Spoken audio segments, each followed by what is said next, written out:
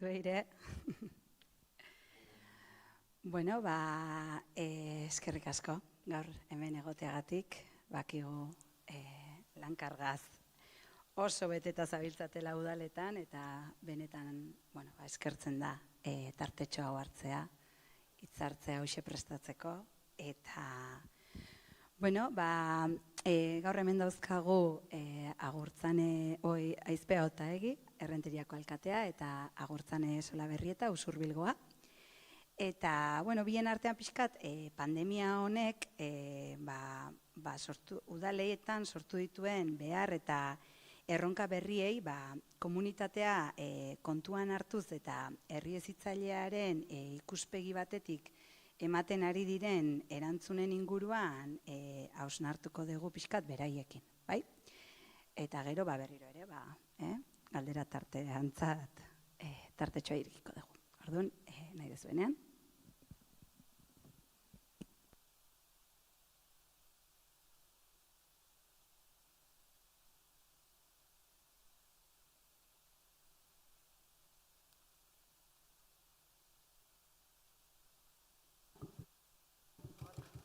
Oso ondo. Egunon, edo eguardion, agian ja dagoen erako. Eta hoxe zer baino lehen, mila esker, zuei, gure herritan, Errenterin eta Usurbilen, pandemia garaiotan egiten ari garen kudeaketari tokia egiteagatik, eta batez ere egiten ari garen hori balioan jartzagatik, nik horixe azpimarratu nahiko nuke. Jardunaldian goiburuak dio pandemia osteko herri hezitzaileak, ez dut uste oraindik ostean gaudenik, baina osteaz hitz egiten eta hausnartzen hasi beharko dugu, ez? Ez gaude, pandemia bete-betean gaude, osasun adierazleek, egunero Osakidetzak alderatzen duen egoera epidemiologikoaren inguruko txostenak ez du besterik iragartzen, ditugu datu honak, gaur ere neurri berriak iragarriko omen dira, baina, pandemia betean egonagatik, eta horixe ezan pixka bat eskatu zen eguten bideotxo bat egitea, bideo hortan azpimarratu nuen ideia ez. Pandemia betean egonagatik ere, gu behintzat udalean ideia, kendu ingo dut bestela, lurrundu ite zaizkit, betaurreko, betaurreko dazkaunontzako mundua hoxe lurrundu eta ikusten deula, eta ez da ondo pasatzen. Esaten nahi nintzen bezala, pandemia betean egonagatik ere guk udalean ideia bat garbi daukagula ez, eta da pandemiak ezin gaitula gehiago paralizatu. Eta beraz, martxan jartzeko unea dela, noski beti osasuna abia puntu, osasuna helmuga, zuhurtziei betez, hori da gure printzipio nagusia, baina nola baite gure herriak, oroar gure herriak berraktibatzeko unea dela, gure herriak suspertzeko unea dela ez. Bistan da, ezingo deula lehengo eran aritu, hainbat eredu, hainbat egiteko molde, uztarrezinak, batera ezinak direlako pandemiarekin, baina esan bezala gure herriari, gure herriei bizitza ematea dagokigu ez. Eta bizitza ematea dagokigunean esaten ari gara, gure herriak, gure herrietan bizia ikustea, kalean bizia ikustea ez. Garai zailak eta gogorrak bizitzen ari gea, biztan da, sekula lehenago bizi gabeko eta biziko genuela ere, imaginatu ezin genuen egoera bat, izurrite bat, pandemia bat. Errexia esaten da, ez da indikan zer den pandemia bat. Baina pandemia betean egonagatik ere lehen osan dut, eta hori ere uztailean jakin jardunalditan aipatze genuen ez, gu ohiko klabetan aritu gea, ohiko lan estiloan aritu gea lanean, ohiko ereduan ari gatzaizkio nola baite pandemia honi aurre egiten ez. Eta ziur naho, zue guzti hau ezela ez, Oinarri udalsarea osatzen dugun udalok konpartitzen eta praktikatzen ari garen eredua ez. Ez dut horretan zalantzarik ez, udalgintza eredu iriki bat, parte hartzaile bat, eta eraldatzailea izan nahi duna bokazioz ez. urte luzetan usurruien eredu hori landu izan da, saiatzen gera gure politika publikoak herritarrekin lantzen, herritarrekin eraikitzen, eta lan ohitura hori ez denez gaur egungoa, aspalditik datorren lan ohitura bat denez, erakutsi digu, frogatu ahal izan dugu pandemian, funtzionatu egin duela lan estilo horrek, eta nolabait oso zaila zen egoera bat, errazago egin digula edo bidea erraztu digula. Egon dira momentuak, herritarrek, herriko eragileek, kolektiboek euren ekarpena egin duten udalean, eta gu, ondo bereiztuz pixka zer da bakoitzaren egitekoa, bakoitza nundik eta zer, baino gai izan geha, guzti hori artikulatzeko, eta bueltan ere udalak laguntza eskatu duenean, elkarlana eskatu duenean, horixe da bueltan jaso deguna. Eta horrek erakusten du ni ustez, gure udalgintza eredua herrigintza dela, eta herrigintza hartu eta eman eta hartu elkarrekintza bat, baino ez dela ez. Herrigintza badela elkargune bat, herrigintza badela elkarlanerako espazio bat, batez ere esango nuke. Eraldaketari zentzua eta norabidea ematen diona, eta narratiba edo egitasmo aglutinatzaileak sortzeko aukera ematen digun eremu bat. Beraz, ikusi dugun ikustez, pandemia honi kolektibotik erantzutea, ikuspegi komunitario horretatik erantzutea, posible ez ezik, beharrezkoa ere badela ez. Egoera zaila eta gogorra izanagatik ere, osasun krisi honek aukera eman digulako, beste behin udalaren eta komunitatearen arteko hibridazio edo elkarlanerako aukera horiek esperimentatzeko. Eta ni uste garrantzitsuena arazo eta erronka handi hauei, erronka kolosal eta komun hauei, nolabait guzti horiei erantzuteko gaitasun kolektiboa badaukagula lantzea. Eta ni uste hori dela pixka gure herrietako kohesio sozial hori lantzeko ezinbesteko bide bat. Behin eta berriz esan dugu COVID-ak izua zabaldu du, beldurra zabaldu du, eta COVID-a batez ere zerbait izan bada biluzte ariketa bat izan dela. Sistema hau biluzik utzi duela, nolabait sistema honen aldamio izkutu horiek, egiturazko akats horiek, sistema honen eredu honen zelofanak eta hauskortasun horiek agerian utzi dituela. Baina nik positiboari begiratu nahi diot, horren influentzuan, horren kontrakarrean badagoelako jendearen arteko elkartasun uholdea ere sortu duelako pandemia honek, nolabait injustizia sozialari erantzuteko ikusten ari gehan eta hemen sortu direla hainbat egitura, publikoaren eta komunalaren arteko lankidetza berriak sortzeko gai izan gehala, eta beste gizarte bat pentsatzeko, beste gizarte bat eraikitzen hasteko diskurtsoak ere, eta mezuak ugaritzen ari direla han eta hemen. Eta beraz, ikusten ari gara, zein krisialdiek aukera ezin hobea eskain dezaketela, komunitatearen garapen jasangarri hori sustatzeko, gertuko komunitate hori berrindartzeko, eta batez ere komunitate sentimendu hori auspotzeko ez. Eta hori oinarri, gure kasuan ere, batzuek herri eta gurasokeria, edota balkoiko polizien eredua ez landu duten bitartean, gu behintzat saiatu geha jendearen onena zukutzen, horrindarra jartzen eta zaintzan eta elkarren heziketan oinarritutako komunitateak sortzen, sendotzen. Erantzunkidetasunaren ikuspegitik, elkarzaintzaren ikuspegitik, elkartasunaren eraikuntza komun horretatik, eta batez ere, eragile ezberdinen lankidetza markoetatik. Eta esaten nuen bezala aurrekoan ere ustez ez dago errezeta edo lanabes hobeagorik dimentsio honetako pandemia bati aurre egiteko.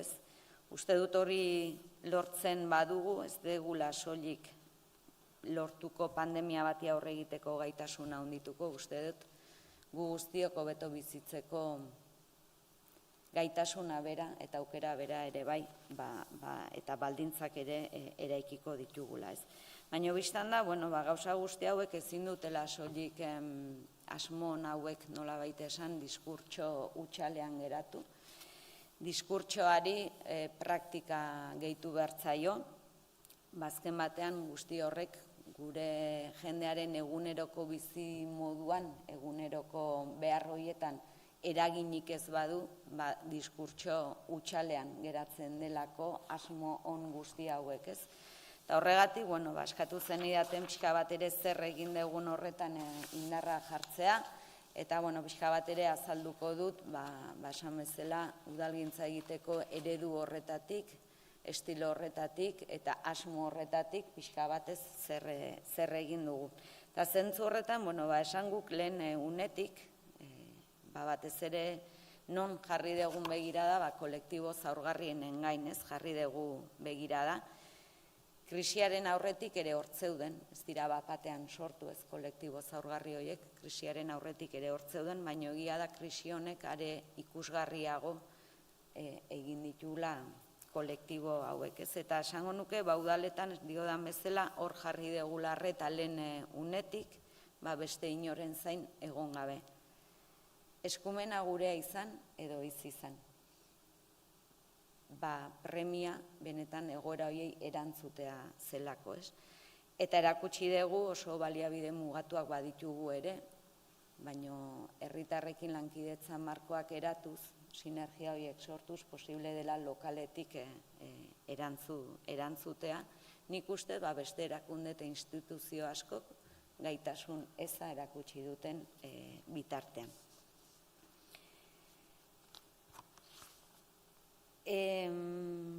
Pixkate,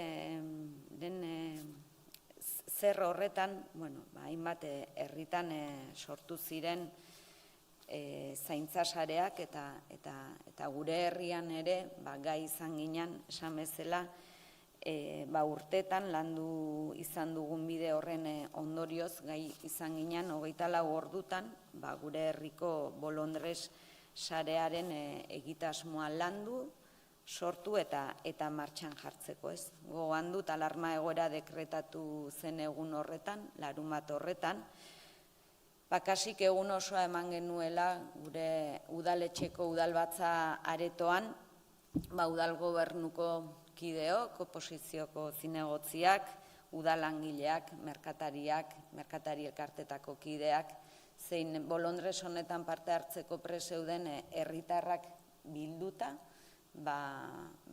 guzti honi forma ematen, ez? 25 lagun inguru egongo ginen pleno areto hartan, dinamika ezberdinetan, bilera zabalean, bilera txikian, eta gai izan ginen, eta uste dut oso ondo artikulatu genuela, zertzen udalak egin behar zuela, zertzen herriko merkatarien zeregina, eta zein esparrutan lagun zezaketen voluntarioek. Eta deialdia publiko egin, eta 2 egunetan berehala 105 lagunek eman zuten ekimen honetan parte hartzeko izena. Eta esango nuke, inoiz gure herrian egin den ariketa komunitario eta solidario handienari bide eman geniola larunbat horretan. Eta helburua argia zen gure herrietako adinekoak babestea, adinekoak zaintzea, ikusten ari garen bezala COVID-ak edo koronavirusak gehien erasan edo kolpatu dituen kolektiboa den neurrian, ez? Eta ni uste zentzu horretan orain badaukagula ere gogoeta bat egiteke, nola baliatu halako sare hauek modu iraunkorragoan, ez? Egia da, alarma egoerak bertan bera geratu zela, ez dakit besterik etorriko den, baina bertan bera geratu zela, baina alarma egoera bertan bera geratzeak ez ziren bukatu zaurgarritasunak, ez ziren bukatu beharrak, eta orduan, ni uste badaukagula gogoeta bat egiteke nola iraunkortu esan bezala sare hauek iraupen hori bermatzeko, ez? Eta, bueno, hortxe usten dut, ni badaki gure herrian badagoela horren inguruko gogoeta bat esan bezala, bueno, iraupen jasangarri hori bermatuko duen benetan komunitate saretu horiek sortu alizateko, ez dadila izan soilik larrialdi egoeretarako, momentu estremo horietarako sortzen ditugun sareak izan, ez. Eta horretaz aparte, bueno, lan ildo ezberdinak ere jarri genituen martxan, eta ala nola, aipatuko ditut, lan ildo guzti hauen, helburua bazelako herritar ororen oinarrizko behar sozialak bermatzeaz. Bat, elikadura bankua ixtearekin bat, patean ixtearekin bat, herriko hainbat familian elikadura kolokan geratu zen, eta beraz egoera larri eta estremo horri erantzune alizateko, ezoiko diru laguntza lerro berezi bat jarri genuen martxan, 10 eguneko epean. Eta, gai izan ginen oso epe motzean, burutazioz eta legeak eta ematen zigun aukera baliatuz, esan bezala, alako diru laguntza bat martxan jarri alizateko, gure herritarrei oinarrizko elikadura bermatu alizateko, ez? Herriko 32 familiek jaso zuten diru laguntza hori. Garai haietan ere, isolamendu egoeran, adinekoen bakardadea zertxo baite arintzeko asmoz, eta nola baite, sostengua, babesa, laguntza eskaintzeko helburuz, bi alditan 65 urtetik gorako herritar guztiei telefono deiak egin genizkien, 1204 herritarri hain zuzen ere, 2-3 egunetan 800-dik gora dei egin genitun, eta baita ere, 2 alditan ere, musukoak banatu ez. Horretan, udal gobernuko kideok eta 22 udal langile aritu ginen zeregin horretan, eta zentzu horretan, azpimarratu nahi dut ere, garai hauetan, kudeaketa honetan, udal langileek izan duten konpromisoa ere. Ni uste gutxi hitz egiten dela udal langilez, eta gure kasuan behintzat oso garbi dakat halako ekimenak aurrera ateratzea ezinezkoa izango litzatekela udal langileen konpromiso hau izan ez bagenu, eta alde horretatik bada nabarmendu eta txalotu beharreko jarrera baneretzako iasan, hori bada alako langileekin lan egin alizatea ez. Eta esan, dei hauek izugarrizko arrastoa utzi zutela, guk egun haietan gehien entzute genitun hitzak eskerrik asko hitzak ziren, herriko adinekoek eskerrik asko nirekin gogoratzagatik. Behin eta berriz, entzun izan genuen hitzak izan ziren, eta horrek erakusten du zer gutxi behar dugun. Elkar zaintza zaritze garen honetan, telefono dei bat, berarekin gogoratu garela ikustea, eta zer nolako eskertza ez jaso genuen bueltan. Guretzako, kolektibo zaurgarri eta zari garenean, adineko personak erdigunean jartzeaz gain, gure politika publikoetan erdigunean jartzeaz gain, bada beste kolektibo bat, eta hori emakumeak dira, eta nagusiki tratu txarrak jasaten dituzten emakumeak ez.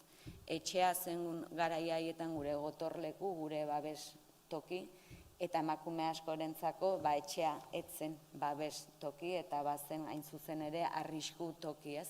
Eta beraz, egoera horren aurren, bitarteko bereziak prestatu genituen udaletxetik, 3 etxe egokitu genituen, etxe haietatik ateratzeko beharra izan zezaketen emakumei eskaini alizateko, eta tamalez esan gure aurreikuspenek ez zutela hutsik egin, 2 etxe betez genitulako eta bertan jarraitzen dute oraindik ez. Laugarren ildo bezala guretzako ere herritarren zaintza zari ganean, birusaren edapena murrizteko lanetaz ari ganean hondakinen bilketa izan zen. Horre hondakinen COVID-angatik kutsatuta edo gaixorik edo eta itxialdian zeuden herritarrei abiatutako zerbitzu berezi bat, hondakinen bilketa zerbitzu berezi bat jarri genuen martxan, eta esan behar dut, lehen goraipatu ditut herriko udaleko langileak, goraipatu nahi ditut ingurumen sailean lanean ari diren langileak, inoiz, inon, sortu gabeko protokolo bat sortu zelako, garai hauetan ere nola bildu behar ditugun hondakinak, nola bereiztu behar ditugun hondakinak, eta zer nolako zerbitzua eman bertzaien herritarrei. Bosgarren hildoan nagusiki garbi geneukan ere dana itxita egonagatik ere zerbitzu publikoak ezin genituela itxi, eta ze garrantzitsua zen zerbitzu publikoak sendotzea lehen eta orain are gehiago ez, saiatu ginelako beste modu batean bazen ere, zerbitzuak berregokituta baziren ere, zerbitzu publiko horiek bizirik mantentzen ez, ala nola, gaztelekua bera, harremanitzek gure ikastetxeetan eskaintzen duen hezkidetza programak, edota esperientzi adinekoi zuzentzen zaien esperientzi eskola bera ere ez. Eta itxi behar izan genituen kasuetan, hor ere, Errenterin ere egingo zuten noski, bertako langileek, sufri zerbitzu horietan aritzen ziren langileek, sufri ez ezaten inolako kalterik, zer nolako lanketa egin denuen, hori aipatu nahi dut, porque gutxi hitz egiten da horretaz, eta guretzako hori izugarrizko lanketa izan zen zerbitzu horiek eskaintzen duten enpresekin, egin behar izan genituen elkarrizketak akordioak, kalte ordaina bermatzeko esan bezala beti ere helburua izan zedin zerbitzu horietan lanean ari ziren langileek, itxialdiaren kalterik izan ez etzaten. Eta hor badago dudigabe zerbitzu publikoaren aldeko apustu bat, zerbitzu publikoak sendotzeko apustu handi bat. Eta tartean, umen eguna ere antolatu genuen, hemen aritu geha aurrez hizketan asko, biztanda aurrak itxialdian kolektibo zaurgarria izan dela, kolektibo ahaztua esango nukenik, eskubiderik gabeko kolektibo bat izan dela, aste luzeetan kalerik zapaldu ere egin ez zuen kolektibo bat izan zela, eta beraz, egindako ahalegin hori eskertu eta nolabaiten aitortza publiko hori egitari begira, baiei zuzendutako egun bat antolatu genuen, egun bikaina izan zen, ni uste herritar guztiok hunkitu gintun eguna izan zela, izan ere, hor sortu zelako zerbaiten parte, kolektibo, komunitate baten parte sentiarazi gintuen eguna izan zelako ez.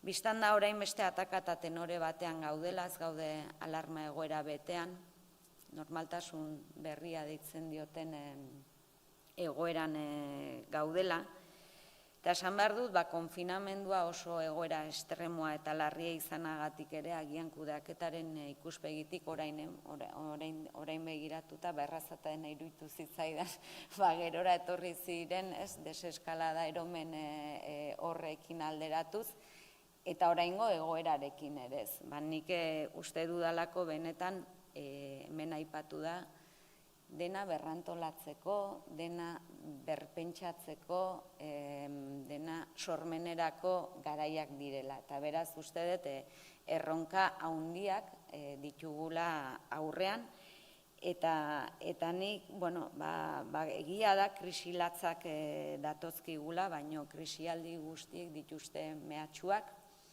eta dituzte aukerak. Eta nik uste dut hain zuzen ere horri erreparatu behar diogula, aukerei, izan ere, bestela, beldurrak eta desmobilizazioak eragin dezakeelako, beldurrak eta ziurgabetasunak desmobilizazioa eragin dezakeelako, alternatibarik ezaren ideia instalatu daitekeelako, eta horrek eta ikusten ari gara, faxismoaren eta eskuin muiturraren gorakada ez.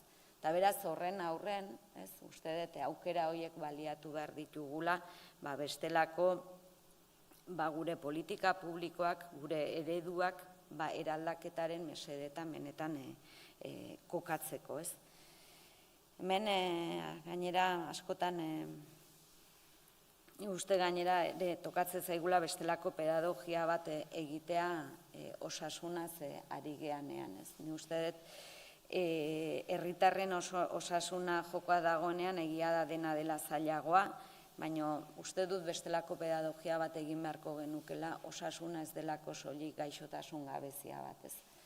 Eta ikuspegi hori batzuei uste tokatzen zaigula ere lantzea, ulertzeko egiten ari garen eta eraiki nahi dugun eredu horren zutoinean pixka bat hori ere badagola. Hemen lehen honorak hitz egin du emozioaz, nik uste dut oraindikan ez dela behar beste aztertu edo aztertzeke dagoela benetan luzatzen nahi naiz igual ez, bale. Orduan bukatzen jungo naiz, baina esan nahi nun, hori ez dela oraindikan behar bezala aztertu, ez jendearen emoziotan eta osasun psikikoan benetan zer nolako eragina utzi duen COVID-ak, nik argi dut benetan egoera honek arrastoa utziko duela gizartean eta horrenbestez alderdi psikologiko horri erreparatu egin bertzaiola, ez? Eta osasuna sustatu behar da, baina osasuna modu integralean sustatu behar degula ulertzen dut, eta osasunaren izenean, segurtasunaren izenean, ezin direla hain modu bortitzean mugatu askatasunak. Eta uste, benetan hori gaur egun jokoan dagoela, gaur berriro ere Inigo Urkulluk neurri berriak iragarriko ditu, eta okerrena da orain arteko norabidean doazela, ez? Eta ez, hemen landu nahi ditugun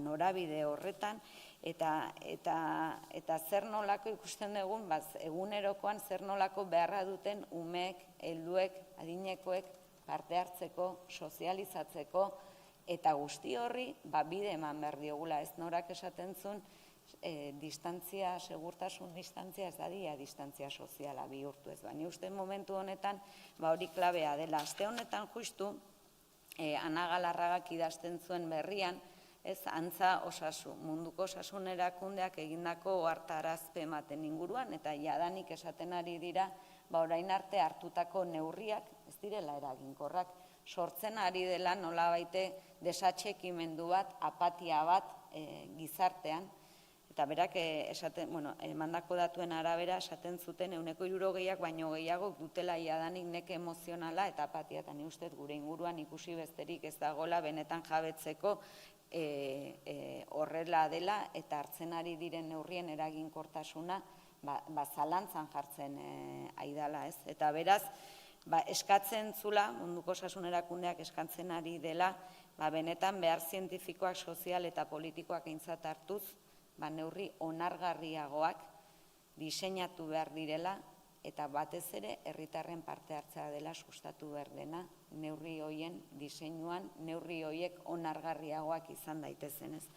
Eta hau, aipatzen dut ideia hau, bain zuzen ere uste dudalako orain lehen osan dudan berrasmatzeko garaietan gaudela, eta osasunaren ikuspegi integral horretatik gure helburua badelako komunitate osasuntsuak sortzea, eta komunitate osasuntsuak sortu alizatzeko, eta jendearen behar emozional eta guzti horiei erantzun alizateko, horrek eskatzen digu benetan dana berriro martxan jartzea. Eta guk iraian hori egin dugu, dana martxan jarri dugu, zerbitzu guztia martxan jarri ditugu, berdin izan hezkuntzaren alorrekoak, izan kirola alorrekoak, hezkuntza ez formaldekoak, adinekoei zuzendutakoak, zahartze aktibo hori sustatzeari begira, eta ikusi dugu jendearekin hitz egiten dugunean, jendea gogoz dagoela, jendea beharrean dagoela, izen emate datuak iazkoak dira.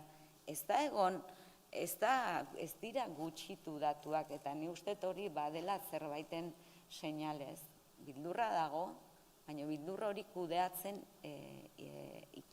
ikasi erakutsi egin behar dugu, eta ni behintzat, espero dudana ondo jutea, baina hor daude ez. Eta ez dakit, egia esan, moztu inbar nun, gauza momentu honetan eskuartean ditugun 3 proiektun berri ere eman nahi nuen, batez ere, tokiko merkataritza, ostalaritza eta zerbitzuen alor hori sustatzeko egin dugunaz eta egin asmo dugunaz hitz egin nahi nuen, kulturaren arlorrean, justu gaina kultura zinegotziarekin etorri naiz, Lukenekin egindako lan izugarriaz ere lan hori balioan jarri nahiko nuke. Uste aste honetan edo aurrekoan Maialen Lunjami hori entzun niola esaten, oztekin nork esan zuen, ez dakidala kulturari gabe biziote egintezken, baino ze bizitza tristea ez. Bueno, ni uste dut ere kultura bat dela hain zuzen ere zaindu eta babestu eta sustatu beharreko eredu bat, eta horren baitan ere kulturbiraren biren sortutako kulturbira egitasmoaren bitartez saiatu geha hori bultzatzen ez. Eta gero esan, aipatu nahi nun ere, Udaberrian badaukagula asmoa zaintza ereduari buruzko parte-hartze saio batzuk ere abiatzeko usurbilen ez. Garbi ikusi da COVID-ak, agerian utzi duen guzti hortaz aritu geha, eta agerian utzi duen guzti horretaz nabarmenena zaintza krisia izan da. Garbi ikusi da zaintza eredua berrantolatu egin beharra dagoela, justu guk oraintxe, Beterri Buruntzan, bertako berdintasun teknikarien eskari, zaintza erregimenaren inguruko diagnostiko bat egin berri digute, oso tresna potentea, ez, guk politika publikoak eraiki behar ditugun udalontzako, datorren astebukaeran ditugu jardunaldiak gai honetan sakontzeko, eta hori oinarri, pixka bat diagnostiko hori oinarri, baina genuen Udaberrian pixka bat zaintza ereduaren gaineko parte hartze prozesu bat eginez. Eta gure buruari galdetu nola zaindua izan nahi dugun, nola zaindu nahi dugun, eta horretarako, bai herritarretatik, erakundetik, komunidadetik, zer baliabide jartzeko pres gauden eredu horren mesedetan, ez. Bistan da hau sistema oso bat dela, sistema oso airautzea dela, baina berriro ere uste dut auzoetatik, herrietatik, komunidadetatik, hasi behar degula, ez, pauso txiki egitasmo eraldatzaile hoietatik, dauzkagun erronka, lehen esandako erronka kolosal horiei aurre egiten. Eta, esan guk bide horretan jarraituko degula, gure lokaletik, gure herritik esan bezala, gure ekarpena egin.